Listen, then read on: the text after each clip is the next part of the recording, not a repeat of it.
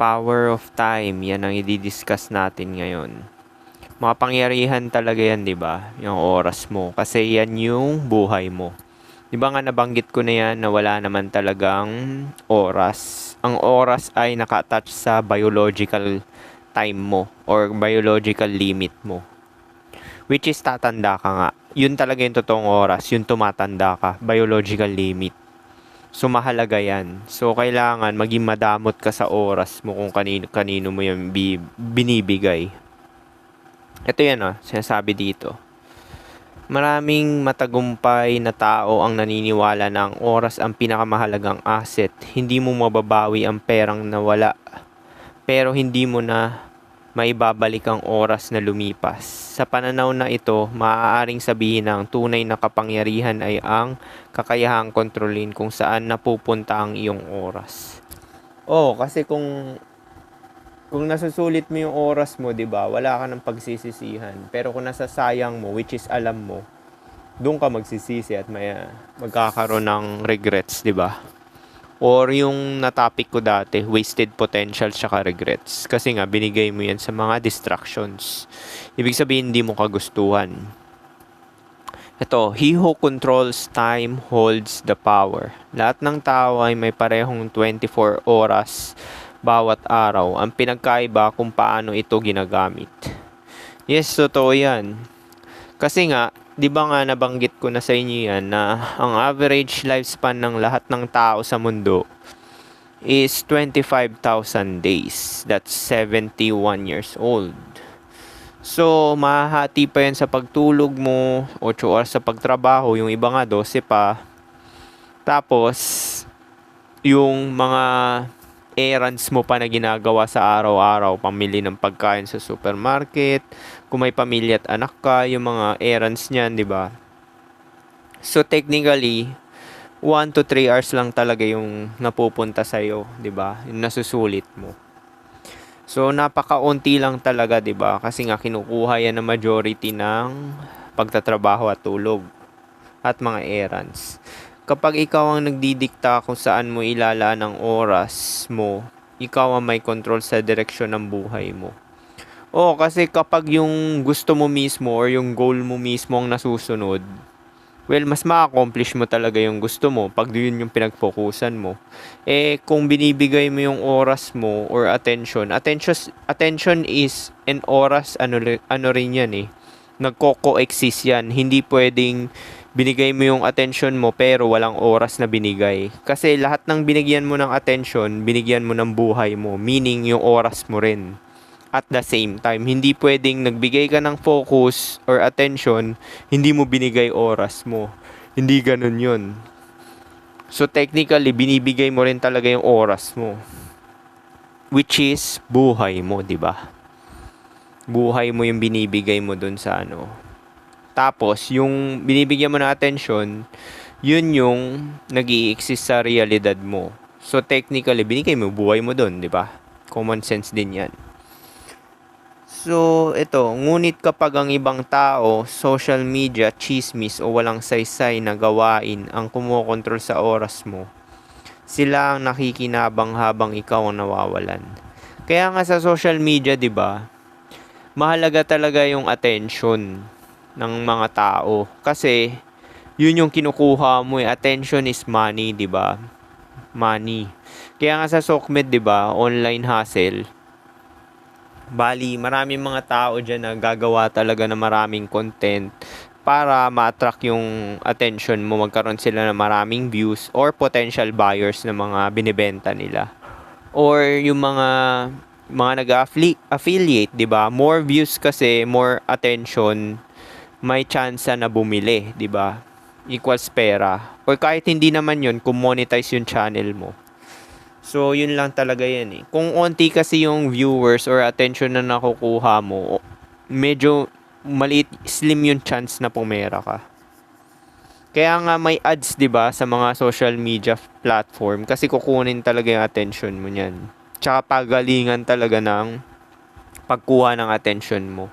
Kaya nga may TikTok, 'di ba, may tinatawag silang strategy na hook. 3-second hook. Yun ang pinaka-importante, makuha talaga yung attention nyo. Tapos magstay kayo, tumagal kayo dun sa video.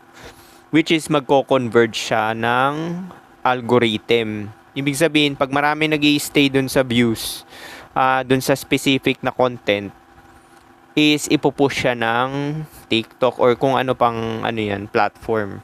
So, social media platforms. So, basically, pahirapan din at the same time wala makakalamang kasi mag-e-effort ka pa rin, di ba? Ang masaklap dito kung consumerist ka, nauubos yung oras mo, syempre hindi ka kumikilos niyan, puro ka na lang panonood, di ba? Mangyayari sa'yo niyan, nauubos oras mo sa mga walang kwentang bagay, walang pabalik. Okay lang sana kung nakikinig kayo ng ganito, di ba? Ng ganito, tapos ina-apply nyo sa buhay nyo. Pero kung hindi, well, entertainment ang labas.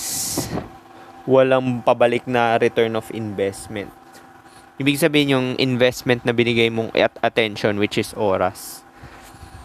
So ito, ang oras ay parang puhunan. Actually, hindi puhunan, buhay talaga. Kaya mahalaga yan. Bawat minutong ginastos ay isang investment. Ang tanong ay, ano ang balik? Kaya nga yung mga nagiging successful financially, monetarily, is nag-all in talaga sila dun sa goal nila.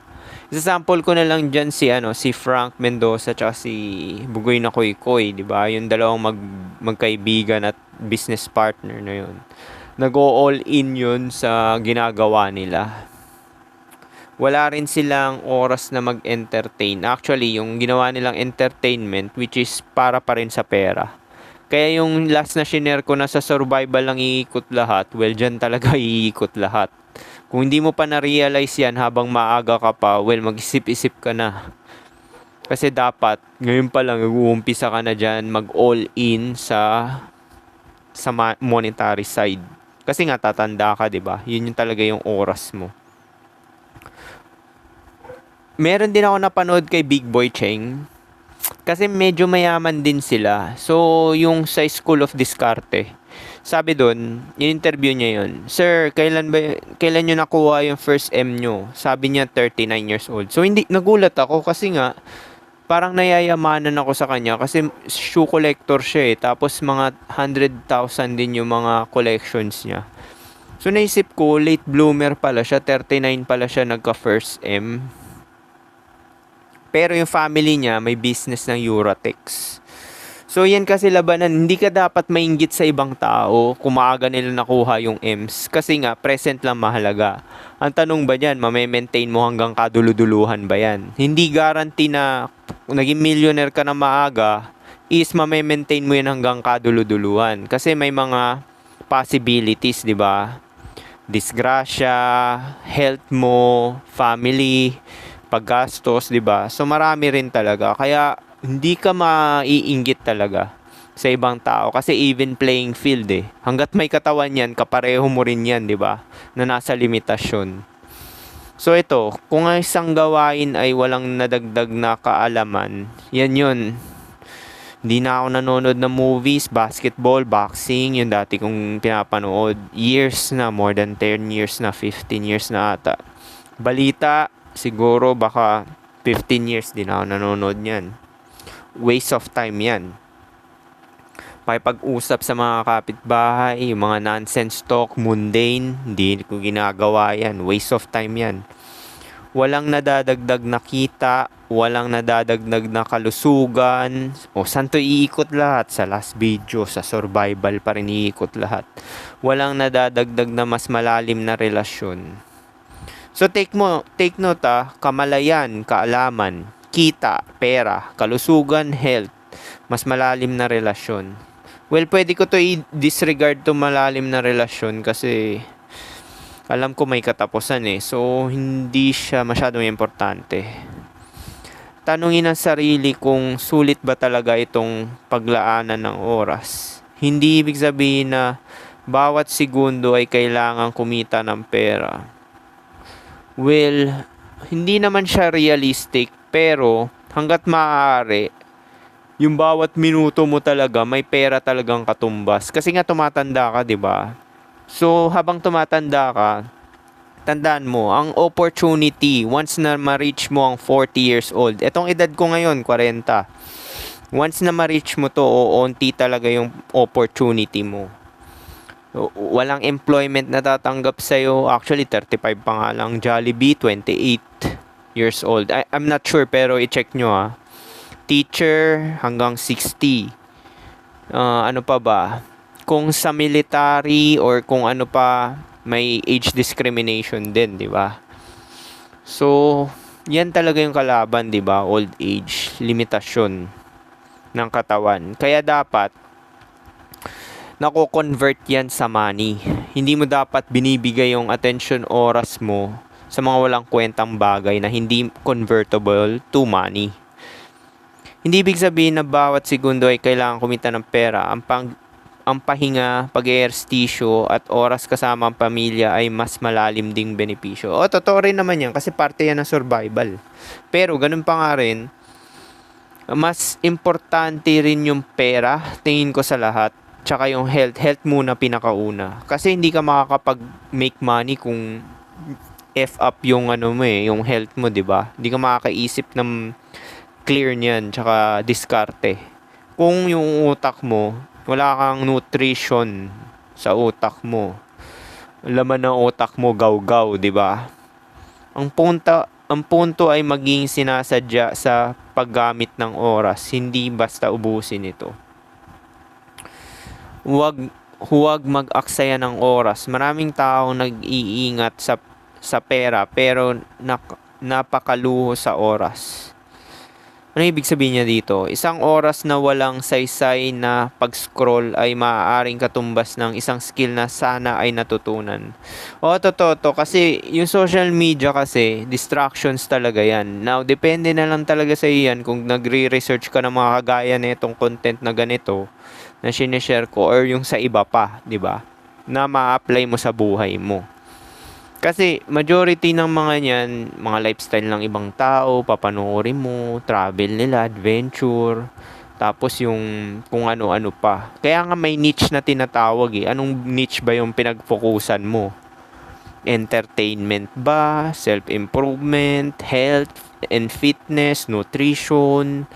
Depende na lang yan kung saan may bibigay.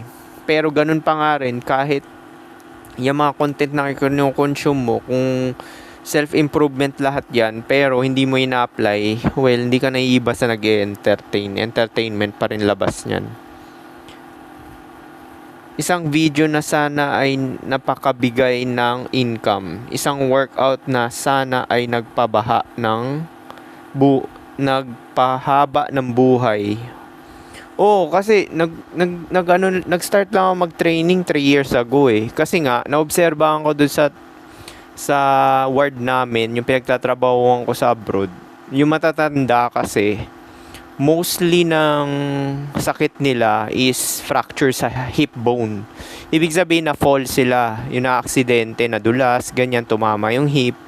So, yung ward na yun sa amin is puro ganun yung kaso. So, iniiwasan ko yung kaya nag-start na ako mag-training nun. Tsaka yung processed food, natuklasan ko na rin yan. Actually, high school pa lang ako, alam ko na yan. Iniiwasan ko talaga yung mga processed food. So, may awareness na ako na ganun about health sa food nung high school pa lang ako. Kasi, common sense, processed food, di ba? Chemicals. So, ano meron sa chemicals? GMO, di ba? Genetic modified. So, dahil genetic modified yan, anong cause niyan? Cancer, di ba? Isang business opportunity sana ay nakuha. Kaya nga dito, 'di ba, online, itong pagpo-post ko ng online is may benefit to sa cognitive ko, at the same time yung affiliate videos may potential na kumita din, 'di ba? Tsaka yung pagbebenta ng book, 'yun. Actually, tingin ko parang yung book ko magiging Machiavellian yun Alam mo yung The Prince na or Sun Tzu. Kasi yung mga ganun type ng book is yun yung tatayo the test of time. Although hindi naman ako yung kauna-unahan na naglabas ng Law of Attraction, Pero sa kanila kasi yung book nila is hiwa-hiwalay per topic. Sa akin kasi all in one in the book. Tsaka specifically tinuturo yung strategy. More on strategy. Actually lahat ng book ko strategy kasi yan yung pinagfo-focusan ko eh. Ayoko kasi mag-share ng tao na sa tao na uubusin oras mo. 'Di ba nga lagi ko sinishare yan? Makabasa na ako ng mga book, ang daming kwento, tapos konti lang yung strategy. So waste of time, 'di ba? Bawat oo sa isang walang saysay na bagay ay hindi sa isang mahalagang oportunidad. Kaya nga, alamin mo talaga yung gusto mo, yung pinaka gusto mo at the same time, i-prioritize mo at the same time, tingin mo magbibigay sa'yo ng malaking pera. Well, kung gusto mo employee, masaya ka dyan, no judgment, pero I can guarantee hindi yan magbibigay ng malaking pera. Yung paycheck to paycheck sinasabi ko hindi yung magiging empleo ka sa abroad, which is kaya kumita ng 100,000 yun. Kung paycheck to paycheck dito, well, 20k lang yan. Hindi realistic yan. Kung maaari pagbayarin ng tao sa oras mo, totoo yan, di ba? Dapat nga pagbayarin, di ba? Value for value, naniniwala ako dun. So, kapag yung taong kausap mo, walang value na lalapag, well, gray rock method na yan, matik. Unti-unti ka nang aalis, tapos short answer lang, which is understood na niya na wala kang interest. Ganun lang yun, di ba? Huwag mo ibibigay yung full attention mo, tsaka oras. Meron akong ganyan naka-flat eh. Parang tuwing makikita ako, lagi akong kinakausap na mundane. Tas paulit-ulit about lang sa kanya, tungkol sa kanya. Ako, oo lang ako ng oo. Tas ginagawa ko lang yung magpapainit sa microwave. Tapos after ko magawa yung pakay ko dun sa kitchen na yon, which is tinatambayan niya, umalis na ako. Ayokong bigay yung oras ko sa kanya kasi pwede ko pang train yan eh. Pwede ko pang research sa pakinig ng podcast sa YouTube na nakukuha kong idea. Which is magagamit ko sa content ko, di ba? Kapag tumataas ang halaga ng iyong kaalaman at kakayahan, natural lang na magkakaroon ng halaga ang oras mo. Kasi pagka nagse-self-mastery ka, may minamaster ka na skill, di ba? So, pinaglaanan mo yun ng oras. So, dapat, value for value. Parang ito, nagsishare ako ng ganito, may potential to na pumera. Although, kailangan ma-hit ko yung 10k na followers. Pero, hindi ko na siya priority ngayon kasi may affiliate na eh. So, kahit na hindi ko monetize yung mo, basta magpabaha ka ng affiliate videos, pwede ka kumita. Tsaka yung book ko, binibenta ko, diba? Yung ebook. Tsaka sa Amazon. Pero, kailangan pa rin i-promote yun. Siyempre, ginather ko yung information eh. Bakit ko ibibigay ng ganun lang, diba? Pinaghirapan ko yun eh. 'Di ba yung content? Kahit nga yung mga affiliate videos ko, pinaghirapan ko yun eh. Kaka-edit eh. Tsaka hindi ako namimigay ng ebook ng libre. Bayaran mo, 'di ba? Pinaghirapan ko i-edit, naka-4 nga na edit yan eh. Hindi ito nangangahulugang maningil sa lahat ng tao. Ibig sabihin nito ay kilalanin na may halaga ang oras mo. Well, hindi mo naman kailangan talaga maningil, yung kagaya ng mga nakakausap mo sa pang-araw-araw, pero gray rock method lang kung walang saysay ang mga pag-uusap na yan. Halimbawa, kung nagbibigay ka ng professional na konsultasyon, makatwirang may bayad ito. Totoo rin yan, di ba? Kasi expertise yun, tsaka experiences ng tao na hindi mo mababayaran. Ikaw, papunta ka pa lang doon, alam na niya yung experience na yan, di ba? Dahil na-encounter na niya sa buhay mo yan eh. Gusto mo ba na nung kukonsulta ka sa walang experience, di ba?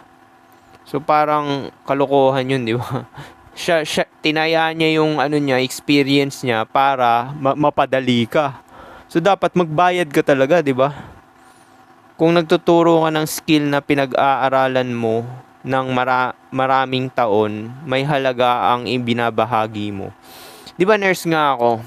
So, ayan dati, sumasideline ako na magbibigay ng gamot. So, binabayaran ako ng 800 to 1,000 Mag-i-stay lang ako dun sa room ng isang oras, matapos lang yung gamot. So, syempre, di ba, may board exam yan, nag-aaral ka ng college, di ba? So, may bayad talaga, walang libre. Kung gusto mo, ikaw magbigay ng antibiotic, di ba? Through IV. Kung kaya mo, di ba? Kung freelancer o negosyante ka, ang binabayaran ng kliyente ay hindi lang ang output, pati ang oras at karanasan mo. Oo, experience talaga, mastery, di ba? Kapag libre lagi ang oras mo, may mga taong hindi rin ito papahalagan. Actually, ganito yung nag-work yan mga psychology ng tao. Pagtingin nila na masyado kang free, low value ka sa kanila. Pero pagka madamot ka sa oras at attention mo, tumataas yung value mo. Kasi yung oras at attention mo, kaya ka naman nagiging madamot kasi binibigay mo sa sarili mo. Ayaw mo ibigay sa ibang tao, 'di ba? Ang pinakamataas na antas ng yaman, maraming tao ang iniisip na ang sukatan ng yaman ay pera. Ngunit sa mas malalim na pananaw, ang tunay na yaman ay kalayaan sa oras. Well, kalayaan sa oras, pero kung hindi naman napupunta sa iyan, napupunta pa rin sa iba, wala ring kwenta. Kaya nga yung sinasabi ko, self-improvement lang pumera mahalaga kasi pabalik yan sa'yo. Mapapakinabangan mo hanggang pagtanda mo. Tsaka yung oras na yan, pabalik pa rin sa'yo. Syempre, binibigay mo yung oras sa sarili mo. Pumopogi ka, nagiging sexy ka, nagiging healthy ka, nakaka-gather ka na skills. Kaya nga yung nag-abroad ako, nagsolo ko, marami ako natutunan talaga. Natutunan mo maging ganito, naging confident, nag-approach pa nga ako ng 100 plus, di ba? Challenge ko yung sarili ko para hindi ako basta-basta nag-share ng ganito na hindi ko alam, di ba? Kung kailan ka magtatrabaho, sino ang kakausapin mo? Kapag kaya mong piliin kung kailan ka magtatrabaho, sino ang kakausapin mo, anong proyekto ang tatanggapin mo, at saan mo gugugulin ang araw mo. Well, babagsak to sa self-love lang talaga which is yung proponent nga ako. Pagmamahal sa sarili. Kasi, yung pagkamahal mo yung sarili mo, parang kompleto ka na talaga. Actually, hindi parang, kompleto ka na rin talaga. Kasi nga, single individual ka, di ba? So, pag minahal mo sarili mo, ayusin mo yung health mo, kamalayan mo. Syempre, kamalayan, pag nag-gather kayo ng mga information na ganito, mas magiging malaya kayo kasi alam nyo yun nangyayari. Pag ignorante ka, magsasuffer ka talaga pag ignorante ka kasi hindi mo alam nangyayari. Ibig sabihin, yung parang natatangay ka ng external. Kaya nga kailangan internal parati ang focus para hindi ka magsasuffer kasi alam mo nangyayari. So, yung ibang mga tao umiiyak dahil may namatay na kamag-anak, kung ano-ano pa. Well, ako hindi na ako umiiyak kasi nga maraming beses ko na nakikita yan sa trabaho ko. So, natural course siya, 'di ba? So, pagka-ignorante ka talaga, magdudusa ka talaga, 'di ba? 'Di ba? Pagka-ignorante ka, tsaka yung utu-utu ka, kumare, yung nag-chase ka external parate, well, tatangayin ka talaga ng mga taong matatalino, 'di ba? Kasi kung hindi mo kaya kontrolin sarili mo or hindi mo mahal sarili mo, kasi nagko-existing yun Kung hindi mo kaya kontrolin sarili mo, is hindi mo rin mahal sarili mo, 'di ba? Co-existing yan, dalawa na yan. So, kung hindi mo kaya kontrolin sarili mo at hindi mo mahal sarili mo, well, ibang tao ang mag-exploit sa'yo, 'di ba? Ibang tao ang kokontrol sa buhay mo. Kaya nga proponent ako ng self-mastery. Tsaka yung mga book na nilalabas ko, puro strategy. Para sa benepisyo ng mga taong gusto, 'di ba, willing. Isang prinsipyo, ang pera ay maaaring bumalik, ang oras ay hindi. Kaya bago ka gumastos ng isang oras, itanong mo muna, may maibabalik ba itong halaga sa buhay ko? Kung wala, baka mas mahalaga ang binabayaran mo kaysa inaakala mo. Oo, totoo. Imbis na gawin mo talaga yung lahat-lahat para makatipid ka, magbayad ka na lang ng iba. Kasi sayang yung oras, di ba? Kaya nga may microwave, di ba? Binabayaran mo yung microwave para mabilis. ka magpainit ng pagkain.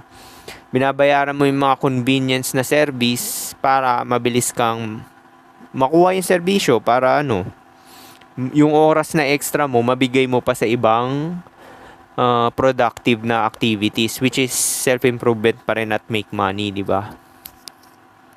Tsaka, kailangan din, alam mo yung limitasyon mo para wag ka na magmagaling dyan o magpaka-expert, di ba? Na isipin mo kaya mo lahat. Kasi pagka inisip mo na, gusto ko rin gawin to kasi magmaster ka na lang talaga ng isa, tapos bayaran mo na lang yung iba, 'di ba? Kasi pagka marami kang minaster, mangyayari niyan is average ka lang sa lahat. Wala ka talaga minaster, 'di ba? Kasi ang dami niyan eh. Tsaka marami kang gusto, isa pa pala yun. Pag marami kang gusto, 'di ba? Mangyayari diyan mahati oras mo. Puro sub para mangyayari na output. So, parang hindi mo rin siya may enjoy kasi nga distracted ka na overwhelm yung mind mo. 'Di ba nga mind ng tao hindi talaga siya wired for multitasking. Which is na topic ko yan sa pangatlong video bago ito. Sa uli, ang oras ang tanging resource na pantay-pantay na ibinibigay sa lahat. Ang pagkakaiba ng resulta sa buhay ay kadalasan nagmumula sa kung paano ito pinoprotektahan, ginagamit at ipinagpapalit. Kaya nga ngayon ang swerte ng mga Gen Z dahil sa mga kaedaran ko na nag-share ng knowledge. Yung mga, alam mo yung mga, di ba si Bugoy parang kaedad ko yun, di ba? Almost 35 na yun eh. So, or 36, mga nasa ganun. Kasi, di ba siya nagpauso ng online hustle money. Tapos yung mga Gen Z na yan, nagsigayahan. So, nagka-early million sila ngayon, yung mga Gen Z. Dahil yan sa generation ko na nagsishare ng mga ganitong info. Tapos, ang swerte talaga ng Gen Z ngayon kasi ang daming mga Gen Z ngayon na nakatap ng first million, 19 pa lang hanggang 21. Kasi nga dahil sa knowledge ngayon through internet. Tsaka mga influencer na kagaya ni Bugoy. Kaya nga yung 'di ba? Tapos ngayon social media era na rin. So mostly ng mga tao ayaw na mag-employee, 'di ba? O ito. Sa huli, ang oras na tanging resource na pantay-pantay na binibigay sa lahat. Ang pagkakaiba ng resulta sa buhay ay kadalasan nagmumula sa kung paano ito pinoprotektahan, ginagamit at ipinagpapalit. Ang tanong, ang taong marunong magtakda ng hangganan sa kanyang oras at ilalaan ito sa mga bagay na may tunay na halaga ay mas may pagkakataong makabuo ng pangmatagalang tagumpay. Yun nga yun, 'di ba? Kailangan may isa ka talaga. Mostly talaga ng mga naging successful is may isa talaga silang minaster at dun sila nagpakadalubhasa hanggang kaduluduluhan. 'Di ba? Kaya nga may generational na tinutuloy na lang. Kuwari, may-ari ng bakery yung tatay, establish na. Yung anak sumunod na lang, 'di ba? Kasi yung blueprint nandun na, alam na. Hindi ka na magbe-venture ng ibang experience. Meron kasi mga ibang anak, gusto ko gawin yung iba. Wala masama din doon for experience mo, 'di ba? Pero may uso yung ganyan eh. Kasi 'di ba yung parang generational, pasa-pasa. Kumari doktor din yung tatay, doktor din yung nagdo-doktor na rin yung anak, gumagaya. Parang si Pacquiao, boxer. Tapos yung mga anak niya nag-boxing na rin. Yung iba lang talaga nag-iba. Nag-iba ng larangan, 'di ba? So usually yan kasi nga napapanood na nila yung naobserba na ng mga bata yung blueprint kung paano ginawa. So para na rin sila talagang yung nagkaroon ng teacher sa loob ng bahay. So again, yung oras talaga, biruin mo lahat tayo, equal playing field. May 24 hours tayo a day. Pareho tayong naka-reset everyday hanggat humihinga ka is even playing field talaga. Kaya maging particular ka dyan sa oras mo. Ibigay mo yan pabalik sa'yo. So again, ano lang mahalaga? Self-improvement at pumera dahil sa survival ang iikot lahat. Peace.